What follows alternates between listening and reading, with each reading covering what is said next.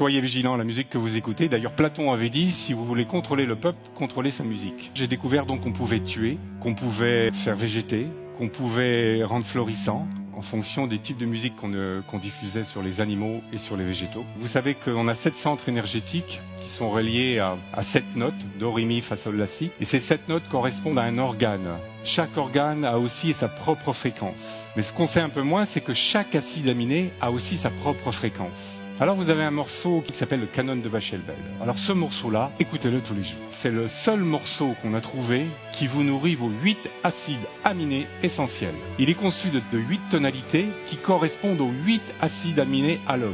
Conçu aussi de telle manière que si vous le prenez en cours, comme si vous le repreniez depuis le départ. C'est un puissant anti-stress. Vous rentrez du travail, vous n'êtes pas bien, écoutez-le. Il a aussi la particularité de réguler le métabolisme. Il active le circuit enzymatique. Il stimule la protéine.